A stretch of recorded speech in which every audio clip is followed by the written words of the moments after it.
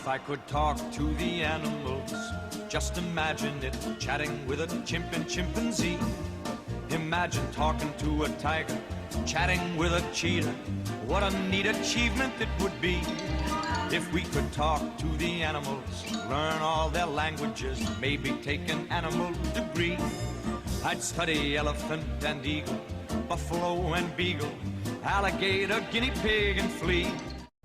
Hello and welcome to Pet Watch. I'm Debbie Sims and I'm a public information assistant for the Williamson County Animal Control and Adoption Center. And this month's show is about rabies, one of the most preventable illnesses that your pet can have. And my guest today is Doug Brightwell, who's here to talk about rabies and what it means in the community. Doug is the director at Williamson County Animal Control and Adoption Center.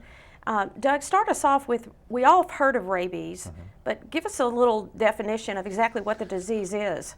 Rabies is a virus. There are multiple strains of it that can be carried by different species, but all mammals have the ability to get infected with rabies. But in the Middle Tennessee area, the most common carriers we see are skunks and bats.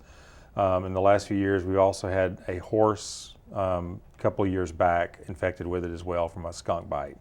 But there's been no documented cases of dogs or cats being infected in quite a while here in the Tennessee area. Right, and we'll get into that in a minute, and that's simply because they cannot get rabies if they've had a valid rabies vaccination within the certain time frames that they're required by state law. Rabies has been around since the year 3000 BC, I think. Yes, quite I did a little time. research. The word came from Latin and it means madness. And in the beginning, nobody really knew what caused it. They saw animals kind of lose control, and the old story of the animal foaming at the mouth and wandering down the street. I remember in To Kill a Mockingbird, there was a rabid dog came down the street. I think maybe that's a good modern movie reference for that. We don't see that a lot today, but in days before the rabies vaccine was developed for domestic animals like dogs and cats that you have at home, it was more common, and people don't survive rabies. No, they don't. Then the latest case I've seen of a human being infected with rabies was a transplant donor in Atlanta or in Florida a couple of years back, and the recipients of those organs are now having to be tested and possibly treated for the virus. Yes, that has brought rabies to the forefront in the news lately. The transplant the transplant donors' organs, all the people that it went to now have the potential for being infected and are being researched, and one of them has died of the disease. So the incubation period is mysterious. I've read everything from a week to a couple of years, depending on the average is they'll get sick if they've been infected within from weeks to up to about 6 to 7 months. Right. In the case of the transplant organs, it was an oddity. Yes, but it does bring to mind that the disease is not completely eradicated. No, it's not. But when it comes to our dogs and cats, that's our main concern here in Williamson County is that pet owners comply with the law. Please. What is the law? In the state of Tennessee and in Williamson County, it is required that your cats and dogs and ferrets be vaccinated and be kept current at all times. There are 1-year and 3-year vaccines out there, depending on what your veterinarian uses and the vaccine history of your pet. But all cats and dogs have to be vaccinated once they're 6 months of age, and then they have to receive a booster again at 1 year after that. And then as an adult, your vet can use the 3-year vaccine if he chooses, once that initial vaccine and that booster vaccine have been given. And we do require that they be licensed with a rabies tag in either state or county. And what that is you've got to show proof of the current rabies vaccine and then have a tag issued. The veterinarians issue those tags for us, and there are rabies clinics. And you have to have the certificate and the tag, and the dogs are required to wear the tags on their collars. Cats are not, but dogs have to have that current rabies tag on their collar. Okay, well, let's talk about when Williamson County Animal Control enters the picture. Typically, rabies comes to mind and has to be investigated when we get a bite call, what we call a bite call. Correct. That's a common call for us at Williamson County Animal Control because we are the enforcement agency, and if you are bitten in Williamson County, you will end up speaking with us. Yes, you will. We last couple of years we've averaged just under 200 reported bites per calendar year. That's how many we have had reported to us. There are probably many more that don't get reported. It's important for several reasons. What you do is a bite by law is defined as an animal bite that breaks the skin. And that's important because animals transmit the rabies virus through their saliva. Right. So if they are infected and they bite you, that's going to be your primary mode of transmission. Okay. By Tennessee law, if your dog or cat bites someone, you, the animal owner, are required to call us to report it. And also, if you have to go to the doctor, the medical provider is required by law to report it. The only one not required to report it is the victim of the bite. So you have to report it to us, and then what we do is we take all of the information from the animal owner on the animal and the vaccine history. We take all the information from the victim. If there's a medical provider involved, we get their information as well. And then once that bite report has been filed, we have to do, for owned animals, we can do a 10-day isolation or quarantine period. That animal cannot be around any other animals at all, and has to be contained either in a shelter facility, boarding facility, or in a home, depending on the circumstance, and have no access to any other individuals for that 10-day period. Okay. Now, even though a victim's not required by law to contact you, oftentimes it is the victim who makes the phone call. It's okay. People need to understand that if their pet does bite someone, don't be afraid to say, Correct. my pet has bitten my neighbor. Right. His name is so-and-so, and I have my rabies proof.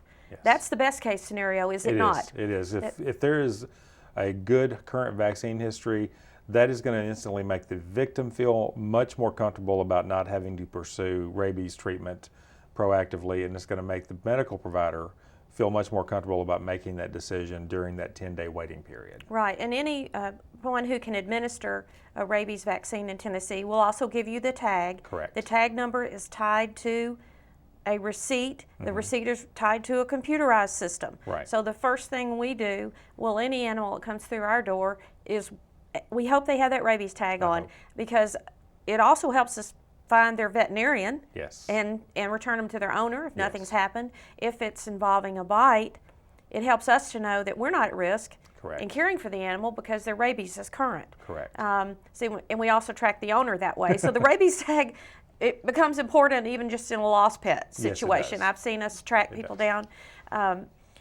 Now, the worst case scenario is that you're bitten, you report it, the owner, identify the dog, and the owner cannot produce a rabies history or proof of vaccination. Then you become where you have to deal with your medical provider. Okay. That animal is still going to be quarantined for that 10-day observation period to make sure that they don't manifest with the disease. Because normally, that 10-day period, the animal is contagious within the week before they actually become sick with the active disease. Okay. From what I understand. So that 10-day quarantine period is going to quarantine. If that animal is not going to get sick in that 10-day period, it's assumed that the animal is negative. It's a form of insurance then Yes. that if the animal happened to have been infected with rabies and it hasn't shown up yet, it will while we have it quarantined. Correct. And we would do that at our facility. And then when the animal, actually we'd vaccinate the animal. After the 10 days. Right, and return to owner. Correct. With the appropriate admonition and fine and whatever. Having your animal bite someone, it does happen. It happens to the nicest people and the nicest dogs. It does. And cats. And it happens to family members. It happens within your family. Hopefully you have your own assurance, and you can call your vet and say, making sure that rabies is still valid, that the vaccination is still valid because it just bit my child or whatever. Right. So that's good. Dog owners know that it is a totally preventable illness. It is, absolutely. And it causes a great deal of expense and unnecessary medical treatment when you can't produce the proof of vaccination. There have been people in the county in 2012 who were bitten by stray cats or dogs, and they couldn't catch the animal and we couldn't catch the animal, and so their medical provider went ahead and treated them proactively with exposure to rabies, because you don't want to take that chance because Right. it'll be a terminal chance if you don't. Right, take the and I had a precautions. personal experience in my family with this, where a family member was bitten by a dog, and the owner could not produce, and they needed medical treatment anyway for the wound, and so the hospital automatically began treatment. Yes. The risk is too great because humans don't survive it if they contract it. You're correct. So it causes a lot of trouble and a lot of expense, and it is a series of 4 or 5 shots over several months or weeks. Right. It's not quite as traumatic as it used to be in the old days, where you had a number of shots in Right. in the abdominal area. That it's been refined somewhat. In the United States, there's not a vaccine for people Correct. that is often given. There are in certain parts of the world, Right. and there are preventative vaccines. But here, it's basically after exposure. Correct. You're basically automatically treated, Yes. because nobody wants to get rabies, and historically, few people, 1 or 2, have survived. And I understand there's even a new protocol that a doctor developed in a girl who was exposed to a rabid bat and didn't know it, contracted rabies. And there are new treatments out there that people are trying. Yeah, and you mentioned bats. Spring is Spring is here. We're all going to be outdoors a lot more. Please, people, remember, if there's a bat or a skunk or something like that, don't touch it. Leave it alone. If it's a bat or a skunk, call animal control. We can come by. If it's just laying there dead or not doing well, we can pick it up and get rid of it for you. It is not worth the chance of getting bitten to try and mess with that animal. Tell your kids to leave the wild animals alone, and you don't Right. want to expose them to those. Well, those that bite brings up. possibilities. Let's try to help people understand how a dog could get exposed to rabies, and the dog is not the source. Correct. The source is in the wild animal population, Correct. and as I understand it, it varies across the country. Regionally, it can be foxes, raccoons, Yes. bats, other wildlife. Yes. In this area, what is our major the concern? two main vectors for rabies in this area are bats and skunks. And the horse case that was positive last year in Tennessee came from a skunk bite, because there are different variants It's of the a virus. chain It's reaction. Yes. Yeah. And if your dog or cat tangles with a skunk or a bat, you need to let your veterinarian know and let us know, because they need to be revaccinated immediately if they're current. And then they have to be observed for 45 days to ensure that they don't break with the disease, because if your dog tangles with that skunk and then the skunk runs off and you've got the dog sitting there, you want to take those precautions for the dog as well. So they actually would get revaccinated even if they If were they're current, they still revaccinate them immediately, and then you have a 45-day waiting period to make sure that they're not going to break with the disease Okay. after that bite with an animal. A skunk, you either see it or smell it. Correct.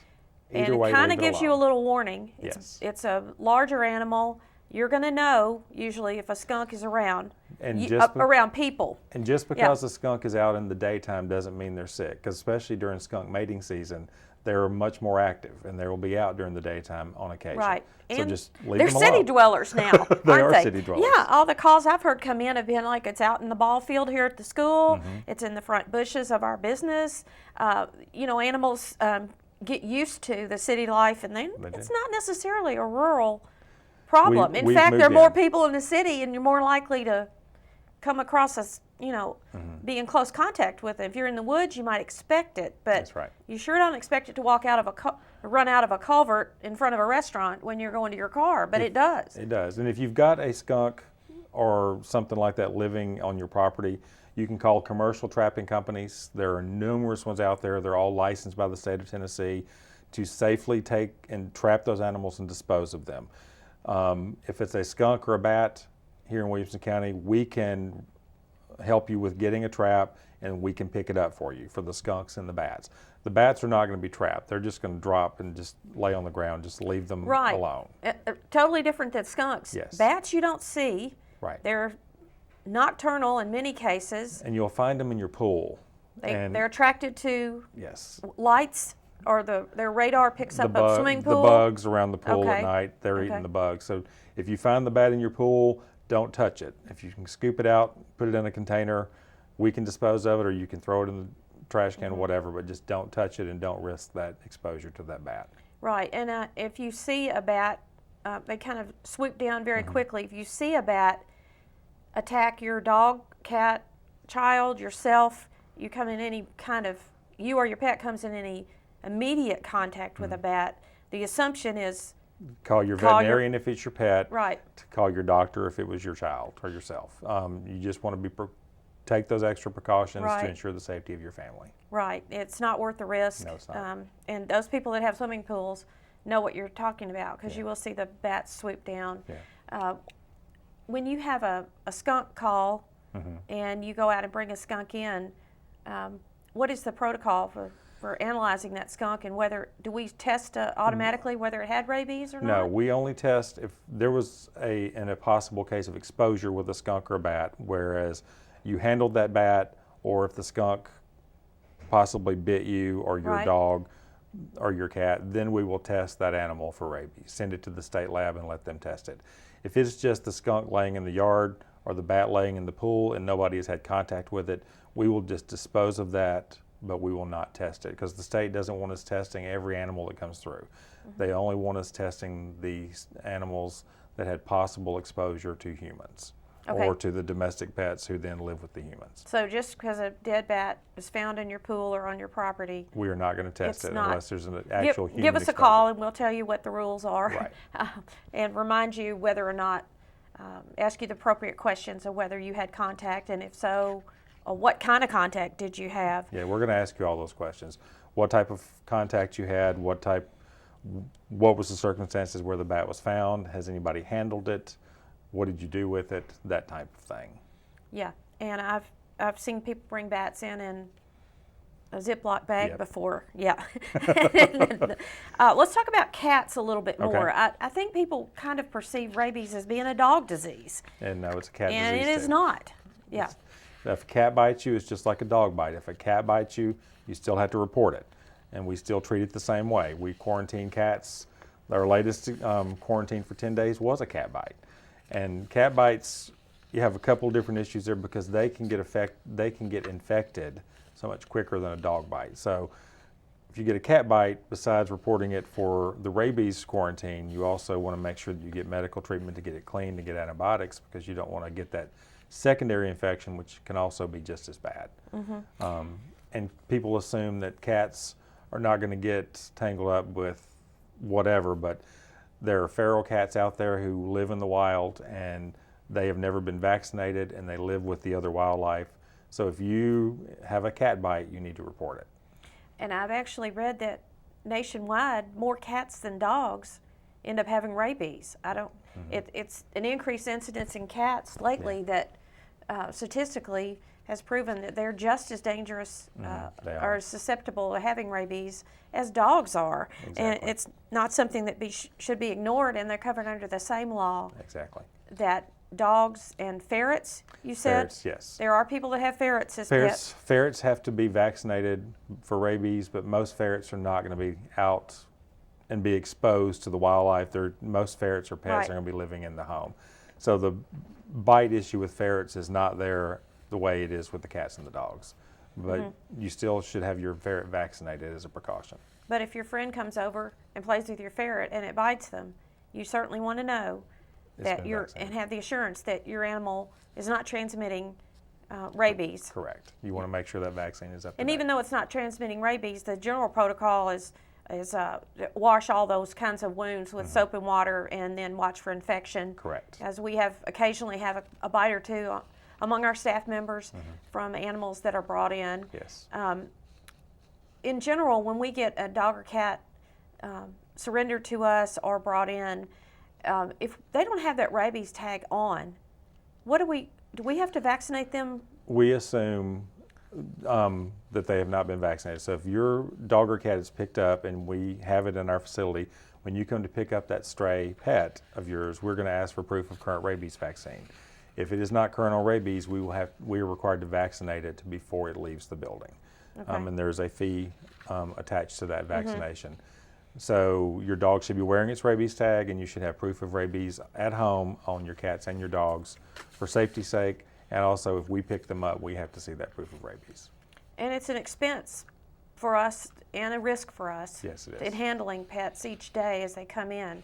So we have to be quite careful, especially if we have a stray, especially a feral cat, that our staff doesn't get injured. We take precautions not to get the bites as much as possible. Yeah, and feral cat brings us to another topic. It is spring, and we are getting into what is sometimes known as kitten season. Yes, we are. A number of dog and cat owners in our county do not have their animals spayed or neutered. And that is a huge, huge issue. Last year, starting in March, from March till August, September timeframe, we took in almost 800 kittens and almost 300 puppies. Those 800 kittens. 800 kittens were brought to us in the last year. Spring? In the spring Over and how long a summer. period? From March till about the 1st of September. Okay. And about 300 puppies. The county, for county residents, offers a spay-neuter program. There are a number of other low-cost spay and neuter programs in Middle Tennessee. So there is no excuse for not spaying and neutering your pet.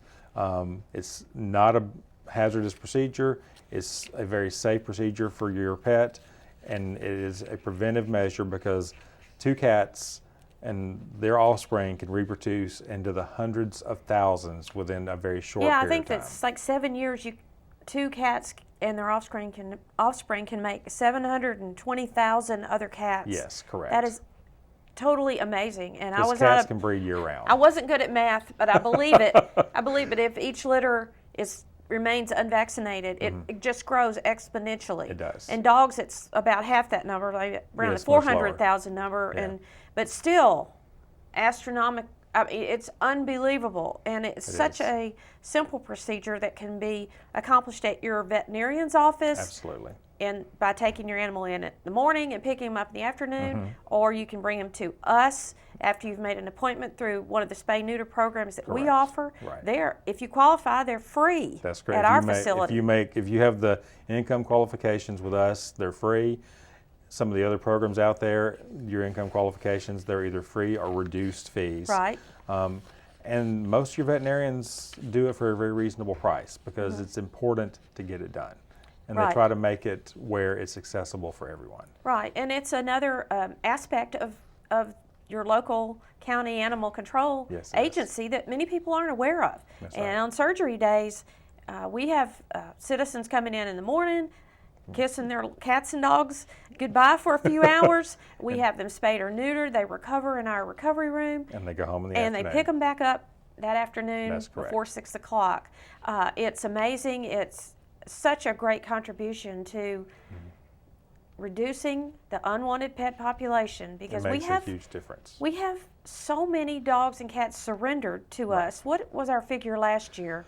Last year, in 2012, we took in just over 3,500 animals, and over 50% of those coming in were owner surrenders. They were not stray animals. They were dogs and cats owned by citizens of the county who decided they didn't want those anymore.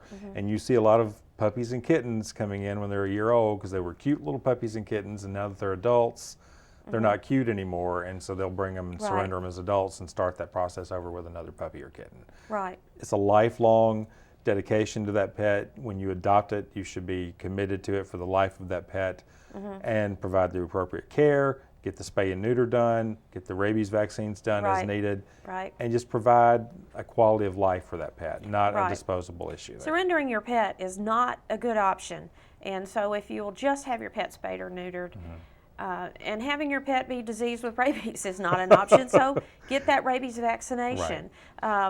You know, we've had somebody brought 19 kittens in one time on a Friday afternoon at 4:30. I know it's our job to take care of those animals and do what we can to get them adopted, but when you think there's over 1,700 were just given up by their owners because they basically didn't want them anymore. So it is a great responsibility. Consider in the beginning what you will do. If you have if your cat has 10 kittens and those 10 kittens have kittens the next year, you will be overrun. Absolutely. If you feel like that 1 or 2 cats that you own are a handful, get them spayed or neutered because those 1 or 2 unneutered spayed cats and will produce you a dozen cats within a Right. very short period of time. And then you really will be inconvenienced with that. Yeah, well, Williamson County Animal Control and Adoption Center has had fall and spring rabies clinics for several years in the county. We will be having those every Saturday in April. On April 6th, we will be at College Grove Elementary, Fairview Elementary, Longview, Kenrose, the Middle College High School, Sunset, and Trinity Elementary. Then on April 13th, we will be at Lipscomb Elementary, Centennial High School, Hunters Bend, Hillsborough Middle, Grassland, and Winstead Elementary. On April 20th, we will be at the new Nolensville Elementary School, Chapman's Retreat, Franklin High, Scales Elementary, Page Middle, Westwood, and Crockett Elementary. And then on April 27th, we will be at Edmondson Elementary, Brentwood Middle, Oakview, Clovercroft, Walnut Grove, Independence High School, Bethesda, Delian Market, and Fox Grocery. All these rabies clinics are from 1 p.m. to 3 p.m. They're staffed by local veterinary clinics. They're only $10. It is no excuse. There's no excuse for not getting a rabies vaccination. When it's only $10, it's once a year, and will be all over the county for 4 Saturdays in a row. If you'd like to look at that list, go to www.wcacadopt.org or go on the Williamson County government website and click on Animal Control, and you'll see the entire spring rabies clinic list there. I'd also like to mention that since it is kitten season, that you might want to call and set up a spay-neuter appointment at our office, which is located at 106 Claude Yates Drive. We're booking into May right now. We'd love to sign you and your family up to have your animal spayed or neutered for free if you qualify for one of our programs. And we also like to emphasize adoption as always. We always have a number of dogs and cats, and when the spring comes along, we have even more. So if you're looking to adopt an animal, any animal you adopt from our facility, dog adoptions are $65 and cat adoptions are $45. They all have all their shots. They're all spayed and neutered before they leave the facility. And our adoption center is open every day from 10 to 6. That's Monday through Friday, and on Saturday from 11 to 3. I encourage you to friend Williamson County Animal Shelter on Facebook. That's how it's worded. It's a great way to keep up with wonderful stories about great adoptions. We try to take a picture of every new family that adopts an animal and put it on our Facebook page, and we hope to see your face there soon. I appreciate you watching Pet Watch, and I thank you, Doug, for telling us about rabies. Thank you, Debbie. And hopefully all our residents will heed the warning, abide by the law, and go to one of our rabies clinics in April. Thank you for watching Pet Watch, and we'll see you next month. If I could talk to the animals, just imagine it, chatting with a chimp and chimpanzee. Imagine talking to a tiger, chatting with a cheetah. What a neat achievement it would be if we could talk to the animals, learn all their languages, maybe take an animal degree. I'd study elephant and eagle, buffalo and beagle, alligator, guinea pig, and flea. I would converse in polar bear and python.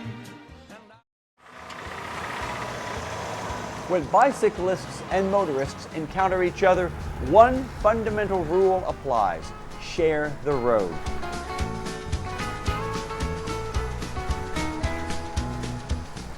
Cyclists have the same rights and responsibilities as motorists. They are required to travel on the right side of the road in the same direction, obeying the same traffic rules. Just remember that everyone has a right to the roadway. It is a public road, but everyone has to observe the rules of the road. They apply to the motorist and the bicyclist alike. When encountering a cyclist, Tennessee state law requires that the motorist waits for a clear lane and provides 3 feet of clearance while passing. Remember, same road, same rules, same rights.